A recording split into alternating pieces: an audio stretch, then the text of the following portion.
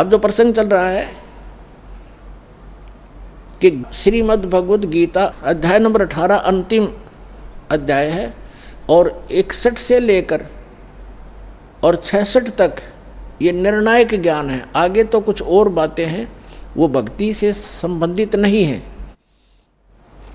इन 61 से लेकर और 66 तक 6 मंत्रों में स्पष्ट कर दिया है कि जैसे 18वें अध्याय के 61 और 62 में कर दिया कि वो परमात्मा समर्थ है, वो सभी को कर्म अनुसार वही चलाता है, जैसे जिसके कर्म है उसके अनुसार से वो कार्य करता रहता है। और उस परमेश्वर की शरण में जाने से ही परम शांति को प्राप्त होकर सनातन परम धाम के में प्राप्त चला जाएगा, जहाँ जाने के बाद साधक फिर लौटकर कभी संसार में नहीं आते। फिर क्या बता 18वें अध्याय के 63वें श्लोक में कहा है गीता ज्ञानदाता ने कि अर्जुन, ये गीता रूपी ज्ञान मैंने तुझे, ये बहुत गुप्त से गुप्त ज्ञान है जो आज मैंने तेरे से कह दिया। अब तेरी मर्जी, तेरी इच्छा है, जैसा चाहे वैसा कर। मेरी शरण में रहना है तो युद्ध कर, उठा हथियार, और उसकी शरण में जाना है तो उसके लिए तत्वदर्शी संत की खोज कर ले। ये गुप्त से गुप्त ज्ञान मैंने तुझे बता दिया। 18वें अध्याय के 64वें श्लोक में गीता ज्ञानदाता तुरंत कहता है कि एक गुप्त से गुप्त ज्ञान और बताऊं, फिर सुन कि जिस 18वें अध्याय के 62वें श्लोक में जिस परमेश्वर की शरण में जाने को मैं तुझे कह रहा हूँ, वो मेरा भी इष्ट देव है, वो मेरा भी पूज्य है। ये और गुप्त से गुप्त भेद बता दिया। अब 18वें अध्याय के 63वें श्लोक में स्पष्ट कर ही दिया कि ये गीता रूपी ज्ञान अति गुप्त से गुप्त मैंने तुझे बता दिया, सब गोपनीयों से भी गोपनीय। और कहता है एक और गोपनीय से भी गोपनीय बताता हूँ 18वें अध्याय के 64वें श्लोक में कि यही मेरा भी पूज्य देव है, इष्ट देव है। इष्ट में असी दृढ़म, ये पक्कम पक्का, नो डाउट। फिर 18वें अध्याय के 65वें श्लोक में कहा कि अर्जुन, यदि मेरी शरण में रहना है तो मैं पक्का वायदा करता हूँ, मेरा सिमरन कर, मुझे नमस्कार कर, मुझे प्राप्त होगा। 18वें अध्याय के 66वें श्लोक में फिर फैसला दे दिया कि यदि तूने मेरी शरण में रहना है तो पहले बता चुका हूँ, उसकी शरण में जाना है तो सर्वधर्मान परित्यज्य माम एकम शरणम व्रज। यहाँ इन अनाड़ी अज्ञानियों ने व्रज का अर्थ आना किया है, जबकि व्रज का अर्थ जाना होता है। अब ये क्या कहते हैं कि अर्जुन, सर्वधर्मान परित्यज्य माम, मेरे सतर की सभी पूजाओं को छोड़कर मेरी शरण में आ जा। अरे भले आदमियों, दूसरे अध्याय के 7वें श्लोक में अर्जुन कहता है कि मैं आपकी शरण में हूँ, आपका शिष्य हूँ, मेरी बुद्धि काम करना बंद कर गई है, जो मेरे हित में हो आप मुझे राय दें। तो श्री कृष्ण जी की शरण में अर्जुन तो पहले ही था। अब ये कहो कि सर्वधर्मान परित्यज्य माम एकम शरणम व्रज, व्रज का अर्थ जाना होता, आना नहीं। जैसे इंग्लिश वर्ड गो है, गो का अर्थ कम नहीं हो सकता, आना नहीं हो सकता। कहीं सेंटेंस थे उसकी कितनी बनाए जाओ, फलाना व्याकरण बनती है, फलाना बनती है, फलानी धातु बनती है, अटपट मारते हैं, मूर्ख बनाते हैं, इनको ज्ञान नहीं है। तो इसमें कहा कि सर्वधर्मान परित्यज्य माम, मेरे सतर की सभी धार्मिक पूजाएं छोड़ दे। परित्यज्य कौन कौन सी हैं? ओम नाम का जाप है, जैसे ओम तत्सत, ये 3 मंत्र का जाप है, आपको दिया जाता है जिनको कंप्लीट कोर्स प्राप्त हो गया है। तो ओम जो मंत्र है ये ब्रह्म की साधना है, इसके सतर की धार्मिक कमाई है, हम इसको दे देंगे। पहले हम इसको ब्रह्मलोक में जाकर नष्ट करते थे, देवता बन जाते थे, अपना धन नाश करके फिर गधा बन जाते थे। तो अब हमें ज्ञान हो गया, हम इसका कोई प्रतिफल नहीं लेंगे, अपनी पूंजी नाश नहीं करेंगे, हमारे ऊपर इसका ऋण है क्योंकि ये पृथ्वी इसने तप करके प्राप्त कर रखी है और हम इसमें बेमतलब आ गए। अब इसने हमें मजदूर बना लिया कि यहाँ कमाओ और खाओ और मेरा टैक्स दो, हमें मजदूर बना रखा, बंधक।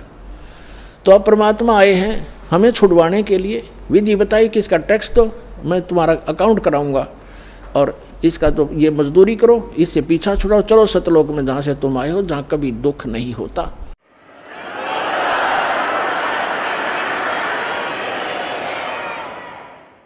तो हम क्या करेंगे, सर्वधर्मान परित्यज माम, इसका विधान है ये खुद कहता है कि मेरे सत्य की पूजा मुझे दे दे, इसका प्रतिफल मत ले।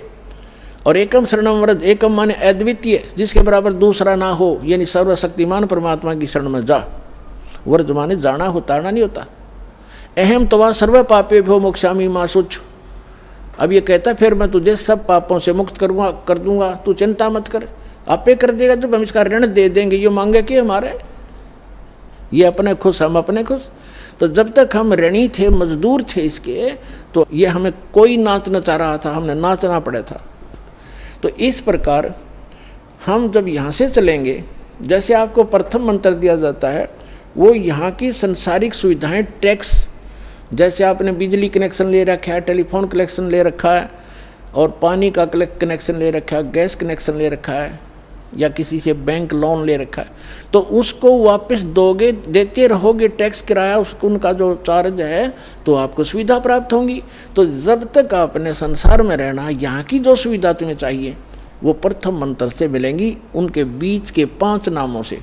और फर्स्ट एंड लास्ट जो मंत्र हैं, ये आपकी भक्ति में, सतलोक जाने की भक्ति में अलग से कमाई साथ जुड़ती है। अब जो ये जो मंत्र हैं आपके, पहला मंत्र आपको यहाँ कंठ कमल तक बरी कर देगा। जब आप यहाँ से चलोगे तो सबसे पहले आत्मा मूल कमल में जाएगी, वहाँ गणेश जी का कमल है, उनका ऑफिस है, वहाँ से अपना अकाउंट क्लियर कराएगा। फिर आएगा उसमें ब्रह्मा जी के लोक में स्वाद चक्र में, उसके बाद विष्णु जी के लोक में नाभि चक्र में, फिर शिव जी के लोक में हृदय चक्र में, फिर देवी के लोक में कंठ चक्र में, फिर ये त्रिकुटी में पहुँचेगा। अरे ये नकली राधा स्वामी वाले, धन धन सतगुरु वाले ने कहे साढ़े गुरु जी तो बस सीधा नाम बताते, असं तो सीधे त्रिकुटी में जाते हैं। खाक त्रिकुटी में जाते हो, त्रिकुटी को बस बरवाले का बस स्टैंड है, पैदल चला जा तो पहुँच गया, साइकिल उठा लिया तो पहुँच गया। त्रिकुटी में जाने के लिए अंगा लगेगा। हाँ, तब त्रिकुटी में जब हम जाएंगे तो उसमें ये 3 मंत्र के जाप हैं, ओम तत्सत। ओम का अकाउंट हम त्रिकुटी पर देंगे इसको, वहाँ परमात्मा मिलेंगे इस दास के रूप में आपको, जो यहाँ सत साधना और सच्ची लगन दास के अंदर एज ए गॉड होगी।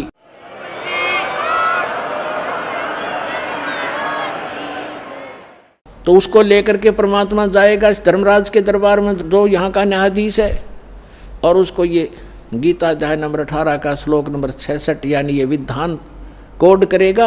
ये दास आपका वहाँ वकील बनेगा।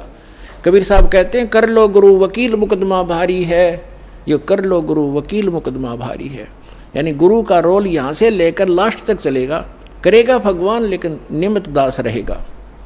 तो वहाँ पर ये धारा 18वें अध्याय की 66 में संविधान की धारा वहाँ रखी जाएगी कि सर्वधर्मान परित्यज माम एकम शरणम व्रज, ये पकड़ो तुम्हारा विधान है। और ये सारी ओम सतर की जो पूजा अपनी, ये पकड़ो, इनकी अकाउंट क्लियर करो।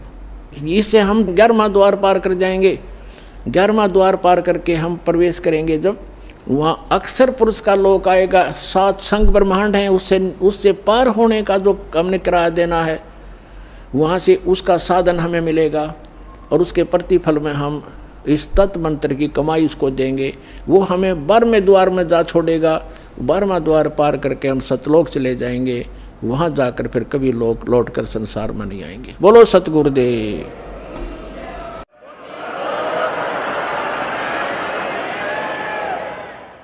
परम पिता परमात्मा पूर्ण ब्रह्म सारी सृष्टि के रचनहार कबीर परमेश्वर जी की असीम रजा से आप सभी पुण्यात्माएं सत्संग सुनने के लिए उपस्थित हुए। सत्संग में आने से जीव को पता चलता है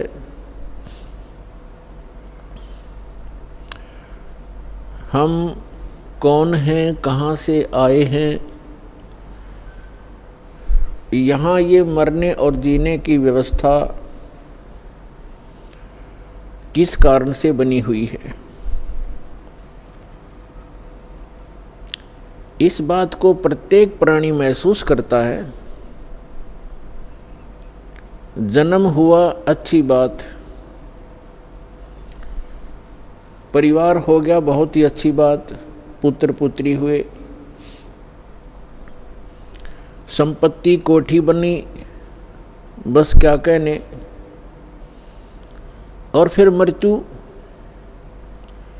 ये मृत्यु वाली बात है, ये खटकती है। अब ये मृत्यु जो होती है ये एकदम विपरीत स्थिति है। सारा जीवन संतान के पोषण में, संपत्ति के जोड़ने में, कोठी और महल बनाने में लगा देता है प्राणी, और 1 मिनट के बाद पता नहीं पुत्र की मृत्यु हो जाती है, पुत्री मर जाती है, पुत्र वधू मर जाती है, माँ की मृत्यु हो जाती है, परिवार का परिवार भी नाश हो जाता है। तो यहाँ हमारी बुद्धि कभी नहीं जाती कि ऐसा क्यों हो रहा है। हमने एक ये परंपरा मान ली कि ऐसा होता ही है, ऐसा होता है, सबके साथ हो रहा है, इसलिए दुख तो होता है। लेकिन शेष बचे हुए ये सोचते हैं हम तो अभी कुशल हैं, बस ऐसे हम अटकलबाजी से यहाँ जी रहे हैं। तो परमात्मा कहते हैं साथी हमारे चले गए। हमें समझाने के लिए परमात्मा अपने ऊपर ही उदाहरण दे रहे हैं। कबीर परमात्मा जी, ये हमारे पिता हैं। साथी हमारे चले गए, हम भी चालन हारे, कोई कागज में बाकी रह रही, ताते लगी है वारे। कोई कागज में बाकी है, कोई श्वास शेष हैं आपके, इसलिए देर लगी हुई है आपको। और जो चले गए संसार छोड़कर, उनके भी, उनकी आशाएं, उनके इरादे, उनकी सोच यही थी कि अभी मृत्यु नहीं होगी। फिर परमात्मा याद दिलाते हैं, स्वयं आकर के कबीर भगवान यथार्थ ज्ञान, यथार्थ भक्ति विधि, अपने द्वारा रची हुई सृष्टि को ही भी वो खुद ही ठीक ठीक बताते। और हम कहाँ थे ये हमें नहीं मालूम हो सकता, चाहे कितनी बात बनावें। ये तो रचनहार ही बता सकता है कि आप यहाँ क्यों दुखी हो रहे हो, ये मरने जीने की व्यवस्था कौन सी अच्छी है।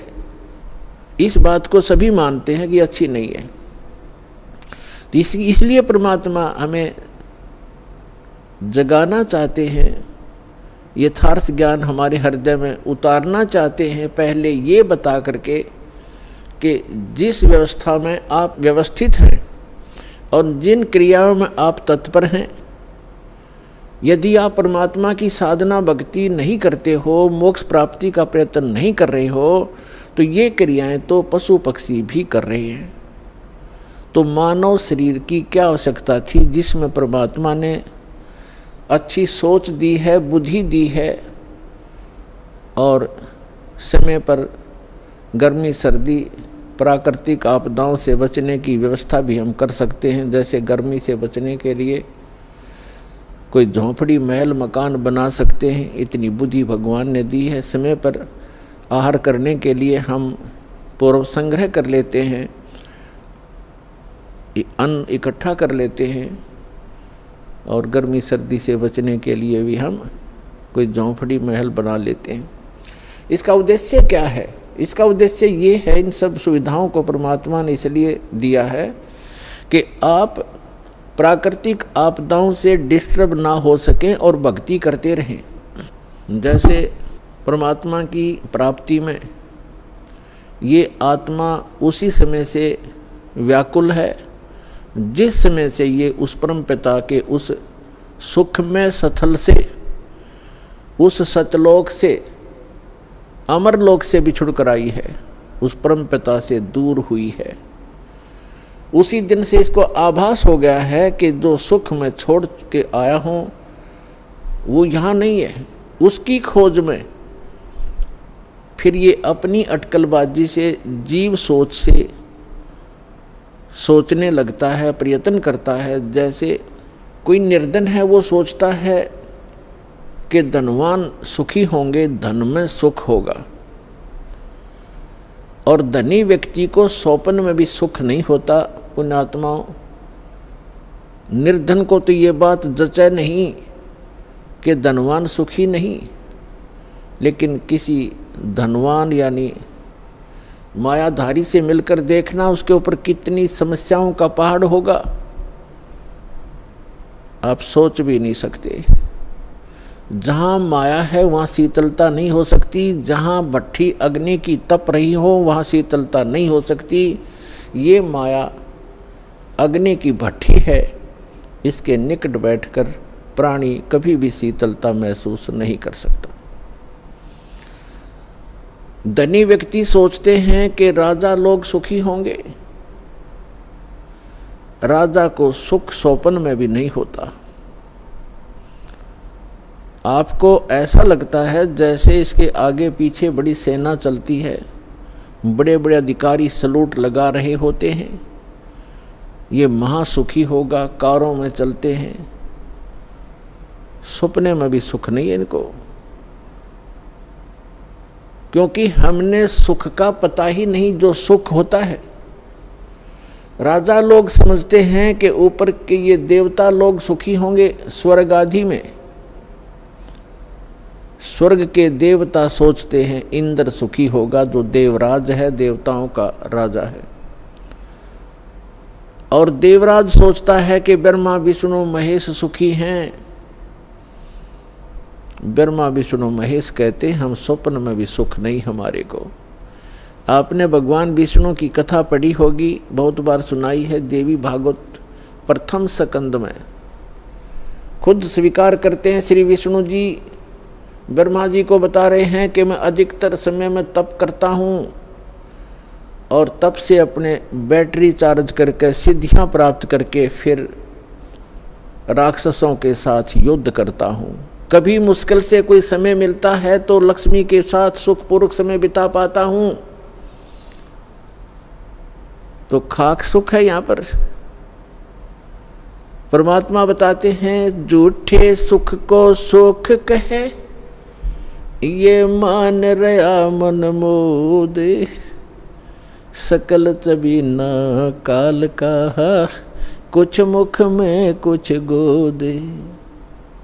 इस झूठे सुख को सुख कहे, ये मान रहा मन मोद। कौन से झूठे सुख को? एक व्यक्ति बता रहा था कि मेरे एक कन्या ने जन्म लिया, जन्म से उस कन्या के गुदा स्थान नहीं था। इसको देखकर मेरे ऊपर पहाड़ टूट गया समस्या का, महा दुखी हो गया मैं। डॉक्टर के यहाँ लेकर गया मेडिकल में। जिस वार्ड में मेरी बेटी को भर्ती किया उसमें ऐसे 3-4 केस और थे। तब मुझे कुछ राहत मिली कि मेरे जैसे और भी दुखी हैं। बताओ इससे क्या लाभ मिला उसको? अपना मन में मान लिया कि चलो और भी दुखी हैं तो मैं भी दुखी हूँ, कोई बात नहीं। क्या वो दुख हल्का हो गया? क्या गुदा स्थान बन गया बेटी का? तो पुण्यात्माओं, इसे गंदे लोक में रह रहे हम, यहाँ सुख नाम की चीज नहीं है। हम एक दूसरे को दुखी देखकर उससे हल्का दुख हो या उसके बराबर हो, हम अपने राहत मान लेते हैं। यहाँ कोई विकल्प नहीं है। जैसे एक व्यक्ति के 3 पुत्र थे, एक पुत्र की मृत्यु होगी, बहुत दुखी, बुरी तरह रो रहे हैं, आहार भी नहीं कर रहे हैं। शोक व्यक्त करने वाले व्यक्तियों में एक ऐसा व्यक्ति उपस्थित था जिसका एक ही पुत्र था, वही मृत्यु को प्राप्त हो चुका था। तो सांत्वना देने वालों ने कहा कि देख भाई, यहाँ तो ऐसा ही है, सभी की मृत्यु होती है, ये तो भगवान हवाला बात है, चिंता मत करो। देखो ये भाई बैठा है, इसको देख कर जी ले, इसका इकलौता पुत्र था, उसी की मृत्यु होगी, ये भी तो अपना समय व्यतीत कर रहा है, धैर्य कर। तो तब उस व्यक्ति को कुछ हौंसी आई, हाथ मुंह धोए, कुछ देर में खाना भी खा लिया। अब उसने ये सुख मान लिया कि देख इस बेचारे का इकलौता पुत्र था और वो ही मर गया, मृत्यु को प्राप्त हो गया। शुक्र है मेरे तो 3 थे, मेरा तो एक ही मरा है, 2 तो बचे हैं, अली से सुख मान लिया। क्या वो बेटा वापस आ गया? तो यहाँ परमात्मा कहते हैं झूठे सुख को सुख है ये मान रहा मनमोद, और सकल चबीना काल का कुछ मुख में कुछ गोद।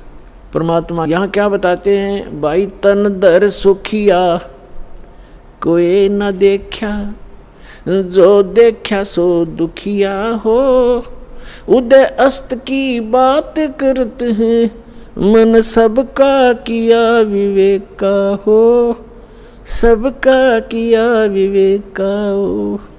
भाई घाटे बाधे सब जग दुखिया, के गृहस्थी बैरागी हो, लाभ हानि से सब कोई दुखिया, के गृहस्थी बैरागी हो, सुख देव ने दुख के डर से, गर्भ में माया त्यागी हो, गर्भ में माया त्यागी हो, तंदर सुखिया कोई न देखा, जो देखा सो दुखिया हो, उदय अस्त की बात करते हैं, मन सबका किया विवेक का हो, सबका किया विवेक का हो।